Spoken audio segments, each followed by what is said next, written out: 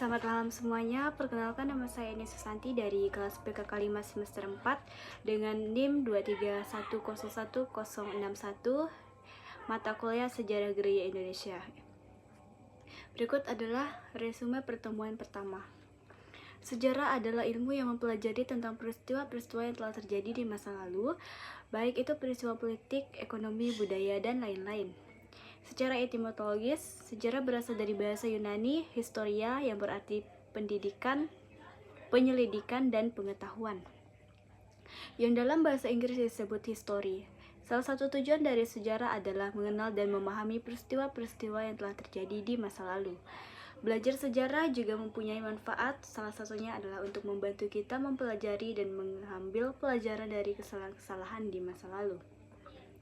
Sejarah gereja adalah pelajaran tentang perkembangan dan perjalanan gereja Kristen sejak zaman rasul-rasul hingga sekarang. Beberapa aspek dari sejarah gereja adalah sebagai berikut.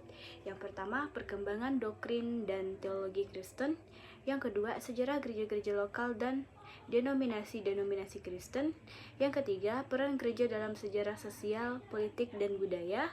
Keempat, perkembangan liturgi, ibadah, dan praktik keagamaan Kristen. Yang terakhir adalah sejarah para pemimpin gereja seperti paus, uskup, dan reformator.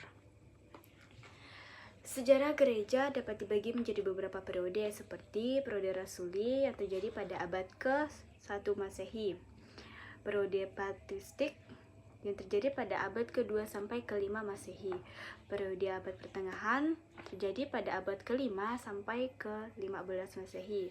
Selanjutnya periode reformasi yaitu abad ke-16, periode modern terjadi pada abad 17 sampai 20 Masehi, dan periode kontemporer yaitu pada abad ke-20 sampai sekarang.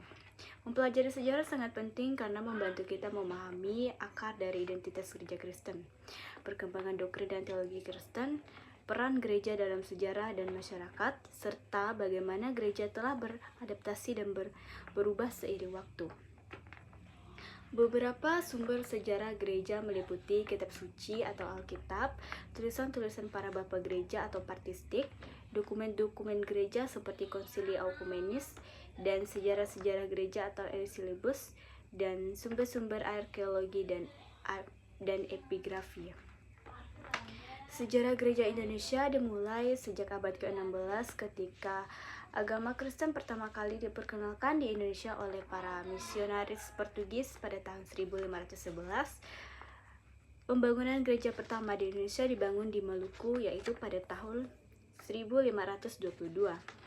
Periode VOC dan pemerintahan kolonial yang terjadi pada tahun 1602 sampai 1942. Pembangunan gereja di berbagai kota seperti Batavia atau yang disebut dengan Jakarta sekarang dan Semarang. Periode kemerdekaan yaitu 1942 sampai 1965. Gereja Katolik Indonesia mulai mengembangkan identitas dan ekonomi sendiri. Gereja Katolik Indonesia pun mulai terlibat dalam pembangunan sosial dan ekonomi. Periode modern yaitu 1965 hingga sekarang. Dalam perkembangannya, Gereja Katolik Indonesia terus mengembangkan identitas mereka. Peran gereja dalam masyarakat terus terlibat dalam pembangunan sosial gereja dan masyarakat, serta mempromosikan nilai-nilai kekatolikan. Contoh-contoh penting, tokoh-tokoh penting dalam sejarah gereja Indonesia yang utama yaitu Santo Fransiskus Xavierus 1506 sampai 1552, yaitu misionaris Jesuit pertama yang menyebarkan agama Kristen di Indonesia. Sekian resume dari saya. Terima kasih.